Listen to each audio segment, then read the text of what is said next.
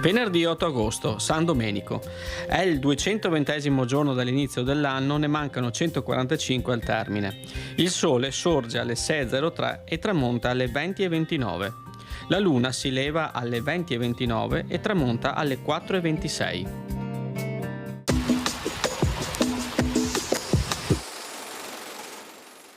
Muore nella sua villa di Incaffi Girolamo Fracastoro, medico e umanista veronese. Conquista la laurea a Padova, dove ebbe come compagno di studi Niccolò Copernico. Fu mente universale. Si interessò di matematica, astronomia, botanica, fisica, filosofia, geografia, musica e poesia.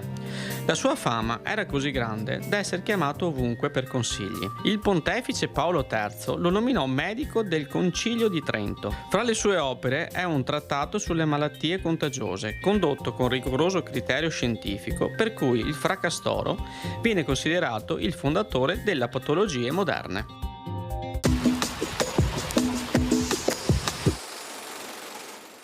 Le previsioni per domani.